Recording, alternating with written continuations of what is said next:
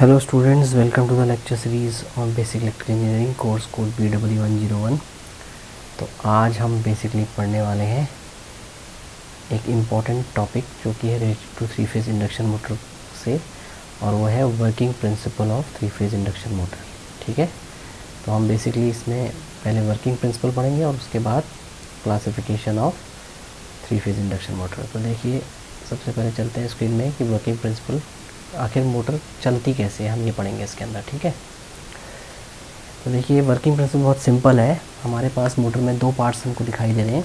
ये वाला जो पार्ट है जहाँ पे हम AC एक्साइटेशन दे रहे हैं, ये बेसिकली क्या है, स्टेटर है। ठीक है, तो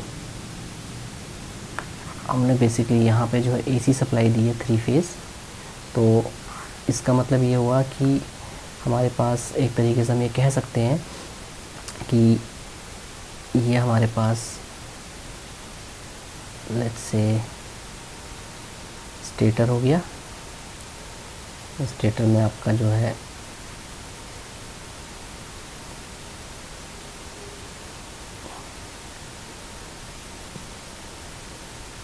ठीक है, सिंपल ये स्टेटर है जिसमें आपके कंडक्टर्स हैं। ठीक है, और हम इसमें जो है थ्री फेज़ सप्लाई दे रहे हैं।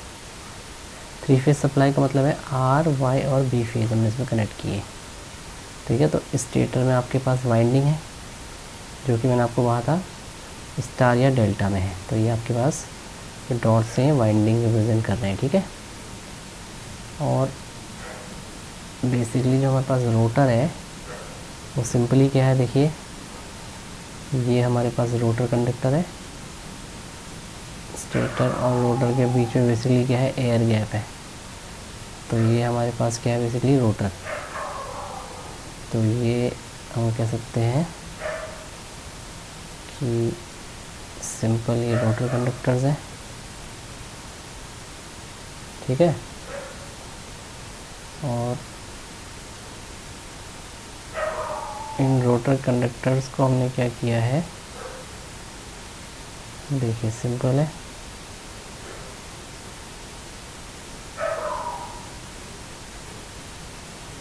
इनको हमने एंड रिंग से शॉर्ट किया हुआ है। ठीक, तो हम यहाँ पे सप्लाई दे रहे हैं। तो हम ये कह सकते हैं कि जो हमारी इंडक्शन मोटर है वो बेसिकली किस पे वर्क कर रही है, is working on line voltage. समझाया, फेज़ वोल्टेज पे मोटर नहीं चलती, ये लाइन वोल्टेज पे चलती है। तो जब हमने यहाँ थ्री फेज़ सप्लाई दी तो क्या हुआ, बेसिकली एक रोटेटिंग मैग्नेटिक फील्ड बना।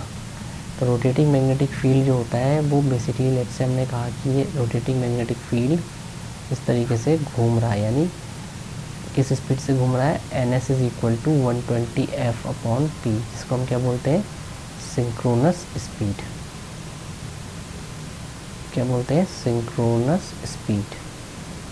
ठीक है, अब आप देखिए ये रोटेटिंग मैग्नेटिक फील्ड जब, जो कि हमने यहाँ पे दिखा रखा है ग्रीन बॉल से, अब ये रोटेटिंग मैग्नेटिक फील्ड जब स्टेशनरी रोटर के कंडक्टर्स को कट करेगा, मींस यहाँ से जब ये जो फ्लक्स घूम रही है सिंक्रोनस स्पीड पे, ठीक है, ये जो फ्लक्स घूम रही है सिंक्रोनस स्पीड पे, ये स्टेशनरी रोटर के कंडक्टर्स पे जाएगी तो क्या होगा, उसमें EMF इंड्यूस करेगी। मतलब ये जो रोटर के कंडक्टर्स हैं इनमें EMF इंड्यूस होगा बिकॉज ऑफ ट्रांसफार्मर एक्शन।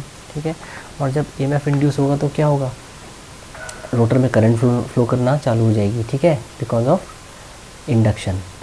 तो जब रोटर में करंट फ्लो करेगी तो क्या होगा, एक फोर्स बनेगा हर एक कंडक्टर में। जब करंट फ्लो करता है तो फोर्स बनता है, F is equal to BIL, जिसको हम कहते हैं लॉरेंस फोर्स। क्या कहते हैं, लॉरेंस फोर्स। तो हर एक कंडक्टर पे एक फोर्स बनेगा जो क्या करेगा, कंडक्टर को मूव करेगा। अब क्योंकि आपने क्या कर रखा है, रोटर के कंडक्टर्स को इस एंड रिंग से आपने शॉर्ट किया हुआ है, ये एंड रिंग आपने यूज़ किया है शॉर्टिंग के लिए।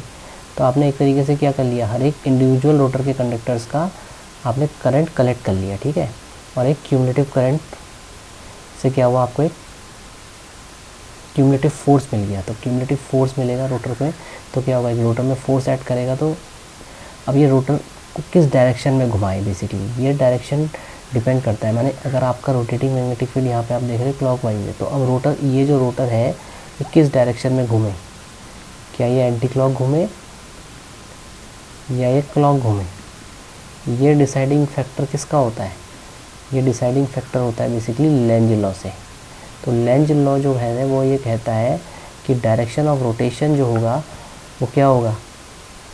डायरेक्शन ऑफ रोटेशन रोटर का वो होगा so as to oppose the cause which is producing it. अब देखिए इस रोटर को कौन घुमा रहा है? NS घुमा रहा है, रोटेटिंग मैग्नेटिक फील्ड। तो अगर रोटर मान लीजिए NR स्पीड से घूम रहा है तो ये रोटर किस डायरेक्शन में घूमे कि इसकी रिलेटिव स्पीड जो है मतलब ये उस डायरेक्शन में घूमेगा so as to oppose the cause. Cause कौन है? NS। तो NR अपोजिट सेम डायरेक्शन में घूमे कि अपोजिट डायरेक्शन में घूमेगा?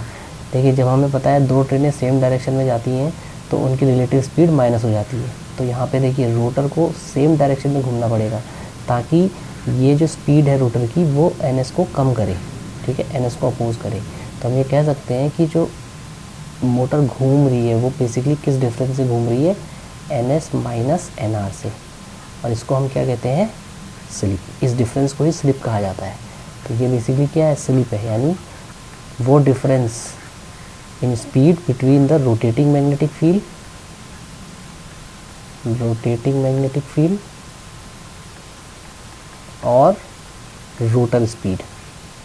ये डिफरेंस जो भी स्पीड में है this is known as slip.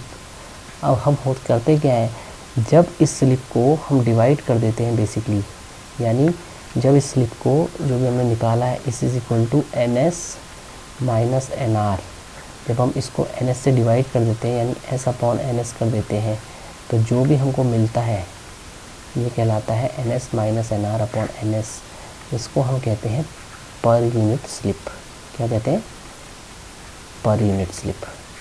और जब इस पर यूनिट स्लिप को हम मल्टीप्लाई कर देते हैं 100 से तो हमको मिल जाता है परसेंटेज स्लिप। यानी परसेंटेज स्लिप कितना हो जाता है? NS minus NR upon NS into 100। ठीक, तो देखिए प्रिंसिपल ऑफ ऑपरेशन हमारा बहुत सिंपल है। हमने 3 फेज सप्लाई स्टेटर में दी, एक रोटेटिंग मैग्नेटिक फील्ड क्रिएट हुआ जो सिंक्रोनस स्पीड से घूमा। जब ये रोटेटिंग मैग्नेटिक फील्ड को स्टेशनरी के रोटर कंडक्टर्स, यानी स्टेशनरी कंडक्टर्स मतलब ये अंदर के कंडक्टर्स, जब ये क्या करेंगे इसको कट करेंगे तो इनमें एक EMF इंड्यूस होगा। EMF इंड्यूस होगा ड्यू टू ट्रांसफॉर्मर एक्शन। किस में EMF इंड्यूस होगा? रोटर के कंडक्टरों में। और इसकी वजह से क्या होगा? एक फोर्स ऐड करेगा जिसको हम कहेंगे लॉरेंस फोर्स। और क्योंकि हमने रोटर के कंडक्टर्स को एंड कर नीचे शॉर्ट कर रखा है तो क्या होगा? ये बेसिकली रोटर में एक टॉर्क जनरेट होगा जिसकी वजह से रोटर उसी डायरेक्शन में घूमेगा जिस डायरेक्शन में रोटेटिंग मैग्नेटिक फील्ड घूम रहा है। समझ में आ गया? सिंपल है। यानी हमें कह सकते हैं कि जो हमारी इंडक्शन मोटर है वो कभी भी सिंक्रोनस स्पीड पे नहीं रोटेट कर सकती। यानी जो भी रोटर की स्पीड होगी NR, ये हमेशा NR की जो स्पीड है वो लेस देन NS होगी फॉर मोटरिंग ऑपरेशन। समझ में आ गया? For motoring operation. क्लियर है? तो यही प्रिंसिपल ऑफ ऑपरेशन में दिखा रखा है कि when a 3 phase winding is connected to 3 phase voltage supply, 3 phase current will flow in the winding which will induce 3 phase flux in the stator. These flux will rotate at a speed called synchronous speed and the flux is called as a rotating magnetic field. NS is equal to 120 F upon P। तो ये formula मैंने आपको already बता दिया है। जो ये synchronous speed होती है NS, इसको हम 120 F अपॉन P से डोनेट करते हैं, जहाँ पे F हमारा क्या होता है? सप्लाई फ्रीक्वेंसी, और P क्या होता है? Number of poles. इसमें स्टेटर में नंबर ऑफ स्टेटर के पोल्स। ठीक है, तो अब ये हमारा सिंपल प्रिंसिपल ऑफ ऑपरेशन मैंने आपको समझा दिया, वही यहाँ पे भी लिखा हुआ है, जैसे कि आप पढ़ सकते हैं। The rotating magnetic field cuts the windings and produce induce voltage in the rotor windings due to the fact that the rotor winding short circuit for both squirrel cage wound rotor induce current flow in the rotor windings. The rotor produces magnetic field and torque is produced as a result of interaction of the two magnetic fields. ठीक है, simple है। अब यहाँ पर एक चीज़ आती है classification of, basically classification of, next हमारे पास है जो वो है classification of 3 phase induction motor. तो ये जो क्लासिफिकेशन होता है ये सिंपल है। देखिए अगर हम देखें इसमें तो नेक्स्ट स्लाइड में अगर हम देखें क्लासिफिकेशन बहुत सिंपल है। 2 टाइप का बासिस है, on the basis of rotor and on the basis of phase. Rotor construction के हिसाब से 2 टाइप की मोटर्स होती हैं। स्क्विरल केज, स्क्विरल का मतलब है क्लोज्ड कंस्ट्रक्शन, जिसको हम पिजड़ा नुमा कंस्ट्रक्शन भी कहते हैं, पिजड़े के समान, ठीक है। वाउंड टाइप क्या है, इसमें थोड़ा सा डिफरेंस है। वाउंड टाइप में आप यहाँ पे क्या है, रोटर का जो रेजिस्टेंस होता है वो फिक्स होता है, ठीक है। और इस वाले में वाउंड टाइप में क्या होता है, रोटर रेजिस्टेंस को हम इंक्रीज़ कर सकते हैं, rotor resistance can be increased, ठीक है, क्लियर है। On the basis of phase अगर हम देख रहे हैं तो सिंगल फेज़ इंडक्शन मोटर्स होती हैं और 3 फेज़ होती हैं, ठीक है। सिंगल फेज़ हम इसके बाद पढ़ेंगे क्योंकि 3 फेज़ ख़त्म हो जाएगी। तो क्लासिफिकेशन में आप देख लीजिए, साफ साफ डायग्राम आपको दिख रहा है, ये स्क्विरल केज रोटर है। देखिए ये एक पिजड़ानुमा कंस्ट्रक्शन है, दोनों तरफ से इसमें मैंने आपको बताया था एंड रिंग है, जो कि रोटर के कंडक्टर्स को अगर आप देखें वो in the form of bars है। ये एक बार है, देखिए रोटर के कंडक्टर्स फॉर्म ऑफ बार्स है। एक कंडक्टर ये है, दूसरा कंडक्टर ये है। तो हमने क्या किया, इन कंडक्टरों को एंड रिंग से हमने क्या कर रखा है, इंटैक्ट कर रखा है, ताकि जब ये घूमें, क्योंकि जब ये घूमेंगे तो क्या होगा, इनमें सेंट्रीफ्यूगल फोर्स ऐड करेगा जिसकी वजह से छटक सकते हैं। तो ये छटके ना, ठीक है, इसको बांधने के लिए, जिस प्रकार से आप कह सकते हैं एक झाड़ू होता है ना, झाड़ू की सीखें होती है, वही समझ लीजिए। हम झाड़ू की सीख को क्या करते हैं, बांध के रखते हैं, तभी तो हम डस्ट कलेक्ट कर पाते हैं। अदरवाइज़ अगर एक सीख से हम झाड़ू लगाएं तो डस्ट कलेक्ट नहीं हो सकती। तो एक तरीके से क्या है, ये आप समझ लीजिए कि हमने टोटली क्लोज कंस्ट्रक्शन यूज़ किया हुआ है, बिल्कुल पिजड़ानुमा कंस्ट्रक्शन। एक ऐसा पिजड़ा है जिसमें हम गिलहरी को पालते हैं। तो स्क्विरल बेसिकली किस लिए, स्क्विरल होता है बेसिकली गिलहरी के लिए, ठीक है। तो वहीं से कंस्ट्रक्शन आया है, स्क्विरल केज इंडक्शन मोटर मतलब पिजड़ानुमा कंस्ट्रक्शन है और टोटली क्लोज्ड है। अब इसमें जो कंडक्टर है, अगर आप देखें, देखिए अगर ये शाफ्ट की आपकी एक्सिस है, मान लीजिए ये शाफ्ट की एक्सिस है, ठीक है, ये शाफ्ट एक्सिस अगर है तो आप ये पाएंगे कि ये जो रोटर के कंडक्टर्स है ये शाफ्ट एक्सिस के पैरेलल नहीं है, एंटी पैरेलल है। माने ये कुछ एंगल बना रहे हैं शाफ्ट एक्सिस के साथ, तक से ये एंगल अल्फा है। तो ऐसा पर्पसली किया जाता है, इसको हम स्क्रूइंग कहते हैं। ये किया जाता है इसलिए ताकि हम जो है नॉइज़ फ्री ऑपरेशन अचीव कर सकें इंडक्शन मोटर के अंदर, ठीक है। और इसके अंदर जो हमारे पास हार्मोनिक्स होते हैं उनको रिड्यूस कर सकें, ठीक है।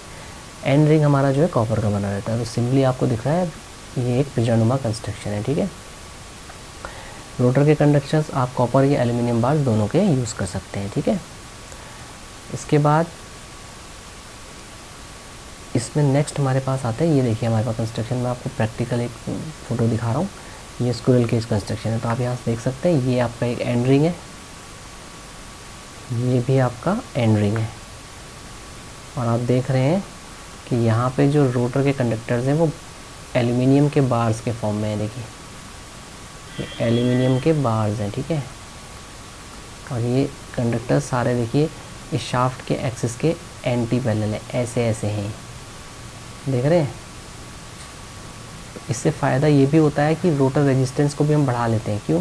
क्योंकि आपको पता है भी किसी की ट्रायंगल में हाइपोटेन्यूज साइड जो होती है वो सबसे बड़ी होती है। अगर हम कंडक्टर को ऐसे इंसर्ट करेंगे, माने शाफ्ट एक्सिस के पैरेलल ना करके, सीधे ना करके, अगर हम डायगनली थोड़ा सा टिल्ट देंगे तो ज़्यादा कंडक्टर की लेंथ अकोमोडेट होगी। तो जितना ज़्यादा रोटर का कंडक्टर का लेंथ होगा उतना ज़्यादा रोटर रेजिस्टेंस, क्योंकि हमें पता है कि रोटर रेजिस्टेंस जो होता है इंडक्शन मोटर में वो डायरेक्टली प्रोपोर्शनल होता है बार की लेंथ के, बार की लेंथ के, ठीक है, bar length of rotor conductor, of rotor conductor, clear है। तो देखिए ये सिंपल है। तो हमने हाइपोटेन्यूज, मैंने आपको बताया वही लॉजिक है, ट्रायंगल में हाइपोटेन्यूज साइड सबसे ज़्यादा बड़ी होती है। तो हम अगर इसको थोड़ा सा टिल्ट करेंगे तो देखिए यहाँ से अगर हम इसे जॉइन करें सिंपल, तो हमारे पास ये इस तरह का आएगा शाफ्ट एक्सिस के साथ। तो ऐसे हम डाल रहे हैं, इसका मतलब है लेंथ ज़्यादा अकोमोडेट हो रही है, समझ में आया। तो ज़्यादा रोटर रेजिस्टेंस मिलेगा हमें। बट इस कंस्ट्रक्शन में क्या है, रोटर रेजिस्टेंस फिक्स है, हम एक सीमित तक ही उसे बढ़ा सकते हैं, एक पर्टिकुलर लिमिट तक ही बढ़ा सकते हैं, उसको ऊपर नहीं बढ़ा सकते, ठीक है। तो रोटर रेजिस्टेंस हमारा फिक्स है। और दूसरी चीज़ क्या है, इस कंस्ट्रक्शन की लिमिटेशन ये है कि कोई भी तार रोटर से बाहर नहीं आ रहा है जिस पे हम एक्सटर्नल रेजिस्टेंस को कनेक्ट कर सकें। देखिए कोई भी वायर कनेक्ट करने का प्रोविज़न नहीं है बाहर से, तो अगर हमें इम्प्रूव वर्जन चाहिए इसका तो हम दूसरे कंस्ट्रक्शन में जाते हैं जो ये है। अब इस कंस्ट्रक्शन को अगर आप कंपेयर करें इस वाले से तो आप देखेंगे कि यहाँ पर हमारे पास ये 3 बेसिकली छल्ले यूज़ हुए हैं। देखिए कॉपर के, अगर आप देखें ये हमारे पास 3 स्लिप रिंग्स यूज़ हुई हैं ये।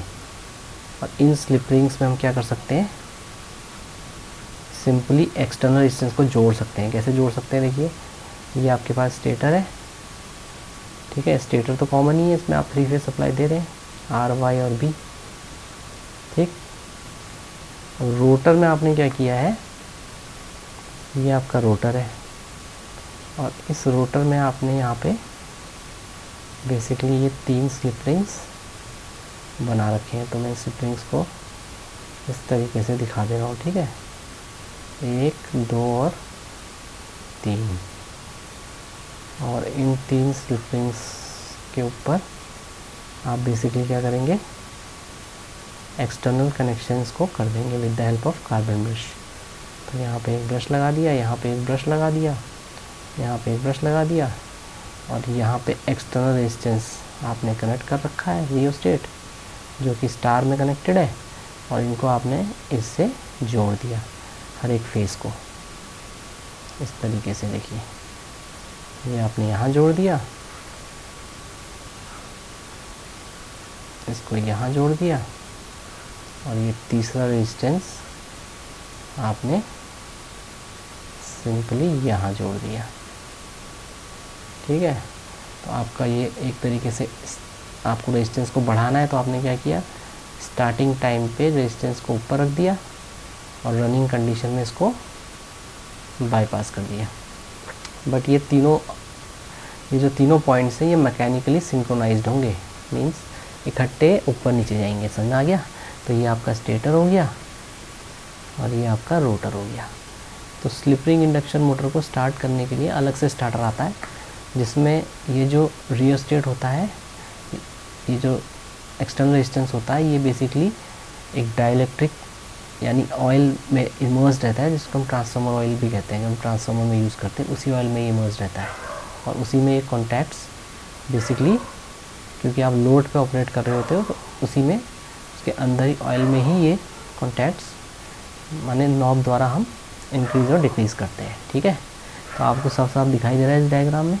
और देखिए ये स्लिप रिंग्स हमारे दिखा रखे हैं, ये स्क्रू रोटर स्लॉट्स हैं। तो बेसिक डिफरेंस कुछ नहीं है दोनों में, सिर्फ और सिर्फ एक ही डिफरेंस है, वो है स्लिप रिंग्स का।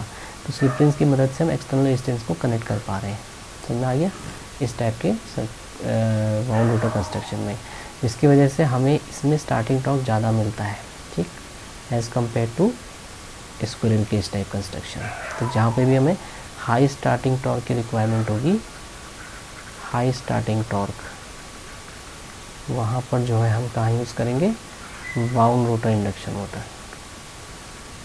जैसे आपके पास रिक्वायरमेंट होती है wound rotor induction motor, wound rotor induction motor is use, ठीक है।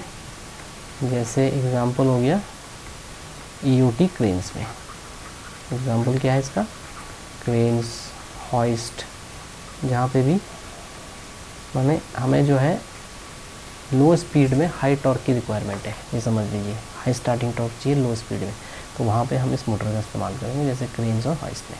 और नॉर्मल वर्किंग के लिए अगर आपके कोई कन्वेयर माने चलानी है, ठीक है, या आपने लेट्स से कहीं पे कोई और प्रोसेस में आपने मोटर लगानी है जिसमें आपको हाई स्टार्टिंग टॉर्क की रिक्वायरमेंट नहीं है, सिर्फ आपको चलाना है प्रोसेस को, तो आप नॉर्मल जैसे आपको कंप्रेसर के केस में आप देख लीजिए, कंप्रेसर में आपको यही मिलेगी, कौन सी वाली, 3 phase squirrel cage type induction motor, ठीक है, squirrel cage type induction motor. तो कंप्रेसर को अगर आपने चलाना है या कन्वेयर सिस्टम को चलाना है तो नॉर्मल मोटर का आप इस्तेमाल कर सकते हैं, स्क्विरल केज टाइप। बहुत ज़्यादा यूज़ होती है इंडस्ट्रीज़ में, इनफैक्ट 90% ऑफ प्राइम मूवर जो होता है इंडस्ट्री में वो 3 फेज इंडक्शन मोटर ही है, ठीक है, 3 फेज इंडक्शन मोटर ही है 90% ऑफ प्राइम मूवर। क्लियर है, क्योंकि बहुत ज़्यादा रड कंस्ट्रक्शन है और टफ है, ठीक है। तो आई होप कि आपको ये टॉपिक समझ में आ गया होगा। अब नेक्स्ट टॉपिक में बेसिकली हम पढ़ेंगे वो पढ़ेंगे बेसिकली